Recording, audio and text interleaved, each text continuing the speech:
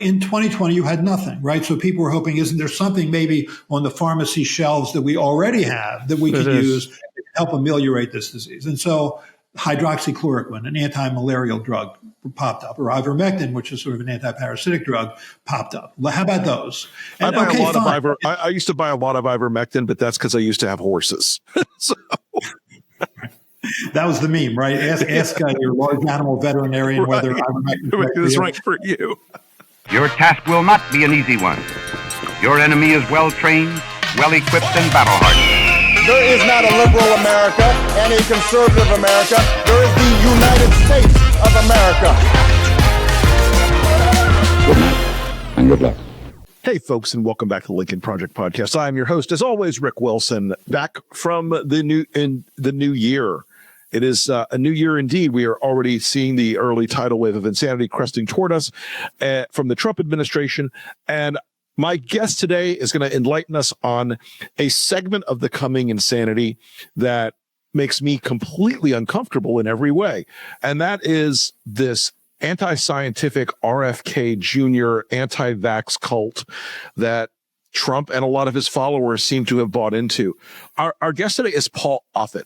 Paul is a medical doctor, an immunologist, a guy who understands pediatric immunology and medicine better than almost any human being you're going to meet. He's the author of Tell Me When It's Over, An Insider's Guide to Deciphering COVID Myths and Navigating Our Post-Pandemic World, and the author of the excellent Beyond the Noise Substack, where he talks about the things that matter in these discussions about healthcare, about vaccines, about science, about the fact that we live in a world where pandemics are real, and we have to face them with seriousness, not with conspiracies. So with that, Paul, I want to welcome you to the show. Thank you so much for coming on today. I really appreciate it. And I read your article that you posted on Beyond the Noise called Questions for RFK's Senate Confirmation. And I was delighted because I've been a critic of RFK's anti-vax insanity, which on social media, second only to being anti-Trump, being anti-vax will bring out the crazy. Talk to us about your knowledge of RFK Jr. and why he's so spectacularly unqualified to lead the Department of Health and Human Services. Actually, he called me about 20 years ago and said that there were parents who had come to his office who were concerned about this ethyl mercury containing preservative that was in vaccines called thimerosal. Sure. By the time he called me, it was largely out of vaccines. And he wanted to know whether or not there were scientific studies that could make these parents feel better that they hadn't hurt their children. So this was easy to address because Western Europe had taken thimerosal out of vaccines in the early 90s. There were Canadian provinces that used these vaccines that contained thimerosal right next to those provinces that used the same vaccines that didn't contain thimerosal. We took it out by about 2000, 2001. So it was easy to address this, and I had a really good conversation. It was great. I mean, I remember going home to my wife that night and saying, I really think I reassured him, we're good. And then in July of 2005, he published an article in Rolling Stone called Deadly Immunity, where he just had been gaslighting me. He just laid me out as a bad guy. I was just deeply in the pocket of industry, that there was 187 times more mercury in vaccines than was allowable. And I'm the co-inventor of a vaccine called the rotavirus vaccine, right. Rotatak. My vaccine was, quote unquote, laced with thimerosal, although our vaccine contained no thimerosal because it's a live attenuated viral vaccine. So I called the editor of Stone and I said, this is all wrong. There are like fact after fact after fact is wrong in this article. And they eventually withdrew it. And it had been on salon.com and they withdrew it. But that was really his entrance into the anti-vaccine world. And I'm glad to say that I was a part of that. You're welcome. So I want to remind folks again, you have invented a vaccine against the rotavirus, which while not as dramatic as COVID, is still something that caused an enormous amount of distress among infants and children, and a lot of deaths among infants and children prior to its introduction. Right. No. The rotavirus as a single agent was the biggest killer of infants and young children in the world. About 500,000 babies would die every year, as many as 2,000 a day. And our vaccine, which was recommended and and licensed in February of 2006, is estimated to save about 165,000 lives a year. So, yeah, I mean, I was fortunate enough to be part of the Children's Hospital of Philadelphia that created this, and it's probably the accomplishment of which I'm most proud. But according to RFK Jr., this makes me an evil man. You know, Paul, one of the things that I'm 61 years old. I remember as a kid, there was still, some people were still afraid that polio was out there. But the polio vaccine was one of our greatest success stories in this country. It prevents about 20,000 people a year from being paralyzed and a couple thousand from dying. Why is it that RFK is saying there are no safe and effective viruses? We've been doing the polio vaccine now for many, many decades, 7 decades now, something to that effect. What is it about?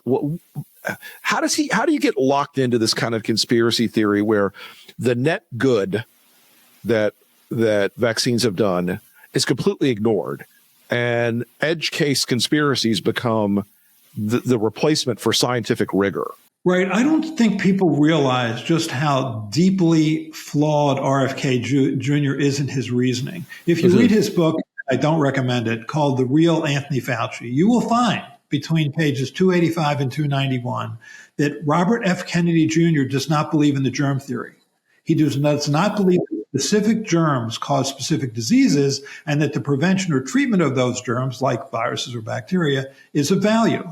He believes rather that if you just have a robust immune system, avoid toxins, including environmental toxins, that you don't need vaccines. That's why it is that he says things like the hepatitis B vaccine doesn't work. Or he'll say that to Lex Friedman on his podcast, which has 3 million listeners, that no vaccine is a benefit. And when Lex Friedman followed up and said, well, how about the polio vaccine, which, Kennedy was born in 1954. That was a year before the polio vaccine came out. He certainly was alive at a time in the 1950s when polio was the most feared disease in this country. And you saw us go from, as you said, tens of thousands of cases of paralysis a year, about 1,800 to 2,000 deaths a year, to basically eliminating that virus from the United States by 1979. Isn't it obvious that that vaccine was of value? And he said, no, that vaccine killed many, many, many, many, many more people than it ever saved. So this is where he's coming from. He doesn't think HIV is the cause of AIDS. I mean, it's really hard to watch all this. It's like an SNL parody of somebody who would be head of Health and Human Services. I mean, it's sticking with polio for one more minute, because it just strikes me as like one of the brightest lines in this equation. Polio still exists in the world, in places like Afghanistan and Pakistan. What would happen if tomorrow children stopped getting the polio vaccine in this country? Well, you've already seen an example of what could happen, because in 2022, a 27-year-old man who had never left this country in Rockland County, New York, got polio. And he got polio from a strain that is in this country. It's the so-called vaccine-derived type 2 poliovirus, which was a consequence of Albert Sabin's oral polio vaccine. I mean, that vaccine was great in that it helped to eliminate polio from this country and other countries in the world, but it had a critical flaw, which is that it could revert to essentially paralytic type or neurovirulent type. It was rare. It occurred in maybe 2.4 million children, but it was real. And those strains are still around. That outbreak in Gaza was caused by that strain. That was the strain that paralyzed this man in Rockland County. And it paralyzed him because in his community, the immunization rates were only 30%. Drop immunization rates far enough, and you will once again see polio come back to this country. And I was born before Robert F. Kennedy Jr. I was born in 1951. So, and when I had an operation on my foot when I was 5, and I was in a polio ward for about 6 weeks. And I remember polio. I remember iron lungs. I remember the so-called Sister Kenny hot pack treatments, where children with withered arms and legs would have these excruciatingly hot packs put on their arms and legs. And this was one visiting hour a week. It was really this Dickensian experience. We don't want to relive that virus. Does it strike you at this point that from what you've heard so far, that the Senate is taking the risks of Robert F. Kennedy's potential confirmation seriously? I feel like they are not. That's sort of my sense right now, is that there's still this moment where they're giving Trump or they're giving Kennedy a pass so far. on this. I mean, do you think legislative folks are getting it that he presents an enormous and immediate risk to the health of American families and children? I don't know. I mean, I know that some of them have reached out to us, meaning people in the medical world, to get more information on RFK Jr. So I know some of them are concerned, but you even hear tell that certain Democrats, like Bernie Sanders or Kristen Gillibrand or Cory Booker or John Fetterman have considered voting for him because one thing he says in his sort of "Make America Healthy Again" notion is that we have more chronic diseases in this country, like obesity and type 2 diabetes. True, and that we're not getting bang for our healthcare buck. We spend a lot of money on healthcare, although we have a $1.85 trillion HHS budget, yet we're not ranked high at all among other developed world countries in terms of infant mortality, in terms of longevity. So what's wrong? And I think, sure, that's great, but what's he planning on doing about that? Because a lot of that is lifestyle choices. I mean, what is he going to do instead of just kind of vaguely waving his hand and saying, these are bad things and we need to do something? I mean, that is appealing to some, but he doesn't lay out exactly what his agenda is. He said things like, I think the National Institutes of Health have focused too much on infectious diseases. Let's give infectious diseases a break for a while and focus on chronic diseases. Give infectious diseases a break for a while, because I'm going to tell you, you're not going to be giving us a break for a while. We've had 3 pandemic coronaviruses in the last 20 years. This isn't the end of it.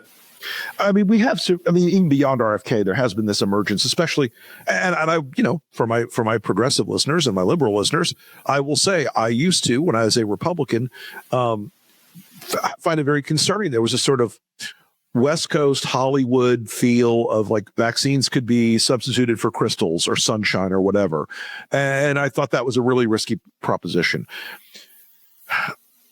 But I think on the right now, it has become so weaponized and driven by policy now of saying things like, we're not going to require childhood vaccinations for schools.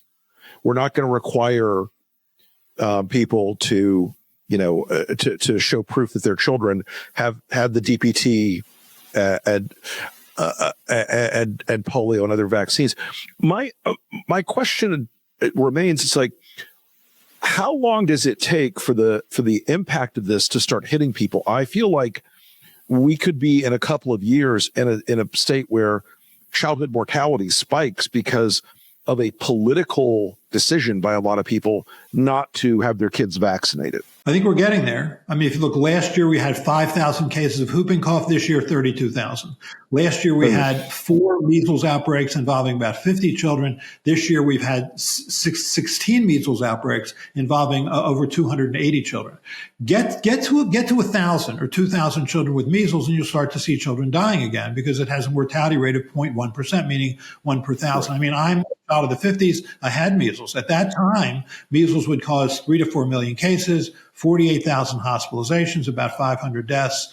And you're starting to now see the dam break. And the virus that's going to come back first, because it is far and away the most contagious of the vaccine preventable diseases, is measles. And measles can make you sick, and it can make you die. And I think people don't realize that when measles was occurring back in the 50s, every year 1,000 children would suffer encephalitis, which is swelling of the brain, a quarter of whom would have permanent brain damage. This is not a virus to fool around with. And I feel like not only do we largely eliminated measles, we've eliminated the memory of measles. People don't remember how sick that virus can make you.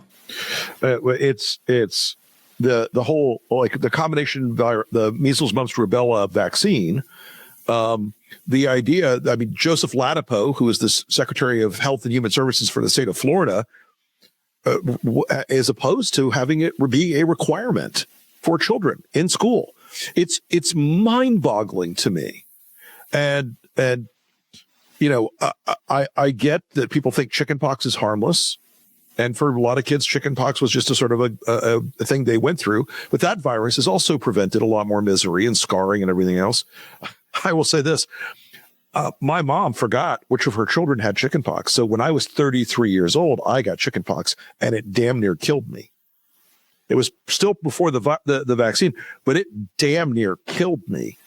It was not a fun experience. But I mean, I guess that's part of the tragedy of this, of the RFK space and this anti-vax space, is that once again, these people they've closed their eyes to the benefit to society and to themselves and to their families of some of the most thoroughly tested medical innovations in history. Talk to us a little bit about just how deeply tested all these things are. These aren't just slapped out there to make money for pharma. They are enormously rigorously examined and tested, because I think that's something that there's a sort of like dark belief that like there's a conspiracy to just, this is all about cash, and it's just not. Well, I think COVID's probably the best example because it's the one that's most recent and most in people's minds. And I'm on the FDA's Vaccine Advisory Committee. So in December of 2020, we considered those two messenger RNA vaccines by Pfizer and Moderna. And everybody assumed, well, we just quickly made them, and that was that, because we isolated the virus in January of 2020. And sequenced it, and then we could actually make those vaccines, which we then had done 2 large clinical trials, 40,000 for Pfizer, 30,000 for Moderna. That's the size of any typical adult or pediatric vaccine trial. Prospective placebo-controlled trials at the time when hundreds or thousands of people were dying a day. We still did those prospective placebo-controlled trials. And everybody thinks, well, the mRNA was just instantly invented. But if you look back, first of all, the National Institutes of Health had been supporting people like Drew Weissman and Katie Carrico, who are this year's Nobel Prize winners in medicine ever since 1997, to work on messenger RNA. I mean, when SARS-1 came about in 2002, 2003, in-house at NIH, people like Barney Graham and Kizzy Corbett were working on messenger RNA vaccines. So we had really a couple decades worth of work before we ever released that vaccine. And people don't see the area below the surface. They're just seeing that tip of the iceberg. And even then, once the vaccine was released, there were systems in place like the Vaccine Safety Data Link that could pick up very, very rare side effects like myocarditis, inflammation of the heart muscle, occurring in 1 in 50,000 people. With Johnson & Johnson's vaccine, which came out in February of 2021, clotting, which occurred in 1 in 250,000 people. Those were rare events and were quickly picked up because we have systems in place to make sure these vaccines are safe. And I think people... they just don't appreciate it. I think the problem with this, I would have imagined in a better world, which world we don't apparently clearly are not living in, but that people would have seen vaccines for what they were, which was a lifesaver. Those vaccines were estimated to save 3 million American lives. But what ended up happening was, I think in 2020, we didn't have anything, right? We didn't have antivirals till October. We didn't have monoclonals till November. We didn't have vaccines till December. We had nothing. So all we could do was limit human to human contact. So we shuttered schools. Closed businesses, we restricted travel, we isolated, we masked, we quarantined, and people saw that as massive government overreach. And then the following year in 2021, although you were 12 times more likely to be hospitalized and die if you weren't vaccinated than if you were, we mandated vaccines, and people, so you couldn't get into your favorite bar or restaurant or sporting event or place of worship unless you had shown that you were vaccinated, which people also saw as massive government overreach. And so there was an enormous backlash. We leaned into this libertarian left hook, and people have pushed back legislatively ever since to try and decrease masks and decrease school mandates. And I think we're seeing an erosion now. We have more people who are choosing not to vaccinate their kindergartners than ever before. That paper was just published by the CDC. That's why we're seeing these increases in diseases like pertussis and measles. It's hard to watch. Yeah, and I do think, I mean, the mask mandates and the shutdowns and the lockdowns had a bigger political impact than anybody in the medical or scientific community was contemplating, and they were right not to be contemplating it. They were trying to get mitigation to whatever degree they could of what was a massive crisis, and those kinds of questions. I mean, that you proposed to ask RFK, a lot of his crazy statements in Real Anthony Fauci just were absolutely lies. Like he talked about in that book that hydroxychloroquine and ivermectin, which are now articles of faith on the far right, could keep people from being hospitalized. None of that was real, though. This political reaction has led to an alternate reality. As a medical professional, how do you handle that? You do the best you can. See, I understand it in part. Like in 2020, you had nothing, right? So people were hoping, isn't there something maybe on the pharmacy shelves that we already have that we could use to help ameliorate this disease? And so hydroxychloroquine, an anti-malarial drug, popped up, or ivermectin, which is sort of an anti-parasitic drug, popped up. How about those? And, I used to buy a lot of ivermectin, but that's because I used to have horses. So. That was the meme, right? Ask your large animal veterinarian whether ivermectin is right for you.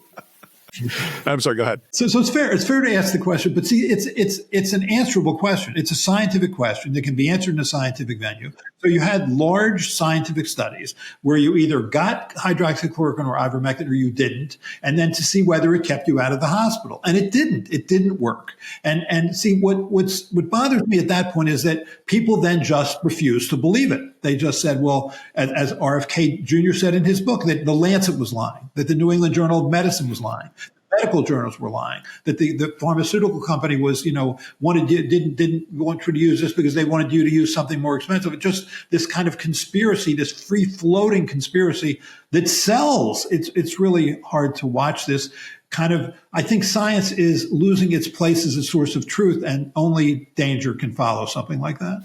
Right. The idea that we don't have an adherence to or a belief in the primacy of science in these questions, and that it's how people feel and what conspiracies are driving them, to my mind, is deeply disturbing. But so every hearing for an appointment ends up with about 70 or 80 questions being asked of the person. I know this because I used to do appointments when I worked in the government. And they come from all the different members of the committees. Each one of them gets a couple. Some of them will dive in deeper. Some of them will ask only one. What would be, to your mind, the most illustrative of the questions that you've talked about RFK that you would want the public to hear asked in that committee hearing? I think that he is a believer that vaccines are hurting children, that vaccines have caused chronic diseases, and although they have largely eliminated infectious diseases, that it was too high of a price to pay. And so I would ask him this question. You have said that you think no vaccine is safe and effective. You have said that when you come upon someone on a running trail who is carrying a baby, that you go up to them and you say, don't vaccinate this child. And you have said you think you have just saved that child. If you hold those beliefs, are you going to continue to allow the CDC to recommend vaccines? Or are you going to continue to allow children to have this, to be part of this recommended schedule? Or are you going to in any way try and change that schedule? Try and make sure the children get fewer vaccines than they're getting now. Are you going to do that? Now, what I don't trust his answer, because he'll stand up and he'll say, I'm not anti-vaccine, even though when you say that vaccines are unsafe and you're trying to scare people away from them, you're anti-vaccine. So he's not a truth teller, but that would be the question I would ask him. Are you going to do anything to change the vaccine programs that are currently in place that have saved our lives? We live 30 years longer than we did 100 years ago because of vaccines. When he can say, a man who was born a year before there was a polio vaccine, that he thinks the polio vaccine killed more people than it saved, he's just dealing in a different reality. So you have a cluster of people around Kennedy who apparently, and I don't know all their names, but I've been doing a little bit of reading about this. There are some people that have influenced his thinking on this stuff, who are educated, who are kooks, who are lunatics. Do you think he should be asked about any of those people, and if so, whom?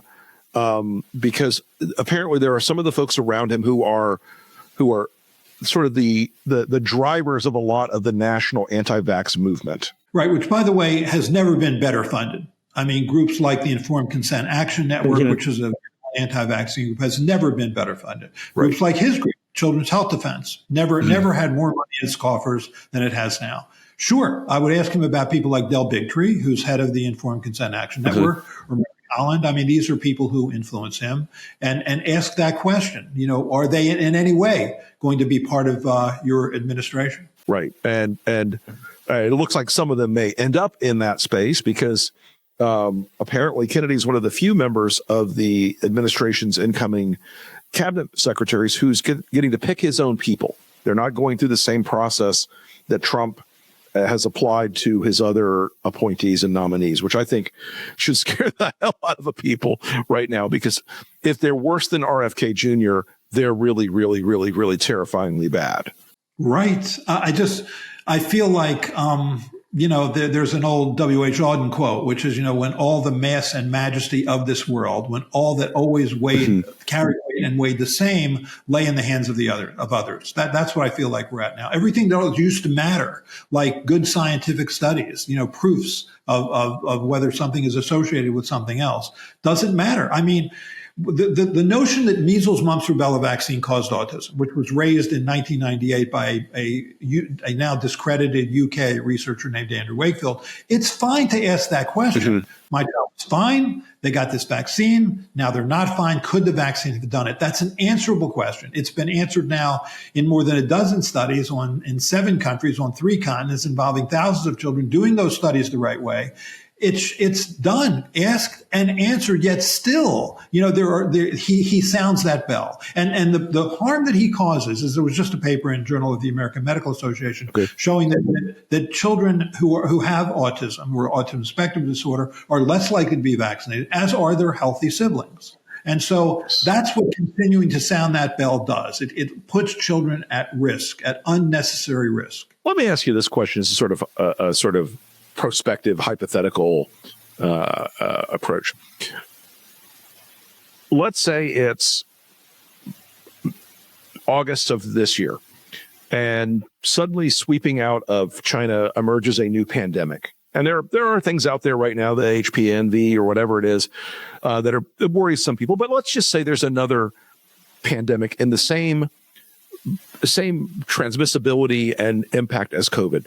And RFK is the Secretary of Health and Human Services. Do you think what do you think the outcome would look like for this country if he were in charge during a serious pandemic? Well, look at how he thought about the last one. He says, quote, "The COVID vaccine is the most dangerous vaccine ever made." Actually, it's remarkably safe compared to even other vaccines like the smallpox vaccine or polio vaccine. Right. It's a very safe vaccine. It's not absolutely safe, but nothing in medicine is absolutely safe. Anything that has a positive effect will always have some negative effect. The only question is how rare and how serious. This was a remarkably safe and effective vaccine that saved our lives and saved our lives quickly. Yet he calls it the most dangerous vaccine ever made. We've had, you have SARS-1 in 2002, you had MERS in 2012, you have SARS-CoV-2, COVID in 2019, because we live in close association with bats. These are all animal spillover events that have occurred in what is a large segment of the mammalian population, which is bats. I mean, if you look in rural China, for example, about 1 in 40 people will have antibodies against bat coronaviruses. So these spillover events probably happen all the time. It's just they have to happen in the right way, in the right place, as they did it wholesale seafood market in late 2019. So there'll be another coronavirus pandemic. And what is he going to do about when he just said the last vaccine was the most dangerous vaccine ever made? Is he just going to advise that we take megavitamins, that we just try and exercise and diet? I mean, is that the goal, to avoid red dyes and Fruit Loops? Is that the goal? I mean, that to me is that should chill people, I think, a lot about RFK Jr. The idea that if you think that vaccines are some sort of weird corporate lie, if you think that corona or other pandemics are created in a lab to sell vaccines for big pharma, it's difficult for me to understand how you could take that kind of person seriously, and yet Trump clearly did. What do you have any insight on was it Trump just realizing there's a percentage of people out there that respond to RFK Jr., or was it something deeper or darker than that, in your opinion? I think RFK Jr. has disdain for the Department of Health and Human Services. And I think, frankly, the 3 people that have been mentioned, head either FDA or NIH or CDC, similarly have disdain for those agencies. I think that's goal is to sort of just overturn the federal government at some level. I mean, to reveal the deep state, to look behind the curtain and find these evildoers that actually don't exist. And he also has a history of being anti-vaccine, Donald Trump. You remember during the run-up to the 2016 election, he said, a child perfectly healthy, 2.5-year-old gets vaccines, has a high fever, and then develops autism. I think these kids are getting too much in the way of vaccines, meaning horse doses. And they need to get smaller doses, because he would know that, because he's noted virologist Donald Trump. Well, I think it's a deeply concerning and deeply troubling question right now, and I think it's one that we're going to see. I hope that we're going to see a lot of people in the Senate actually standing up to this and actually trying to at least keep him in the space of accountability in some degree, because your 100 questions for RFK Jr. I think are important and vital. But I'm hoping we're going to get enough evidence in front of the members of the Senate to kill this nomination. We're certainly going to make it a front and center visibility issue.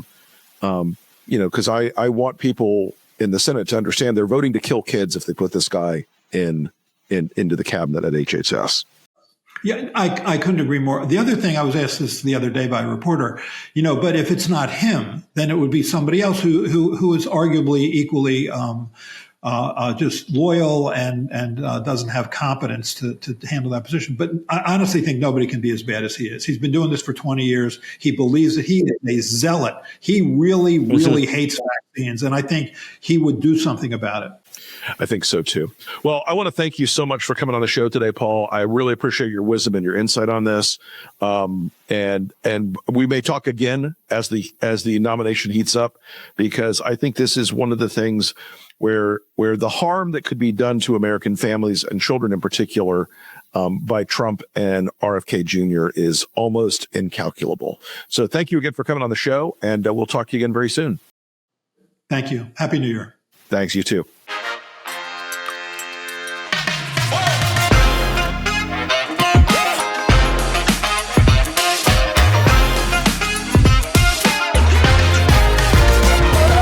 Good night and good luck.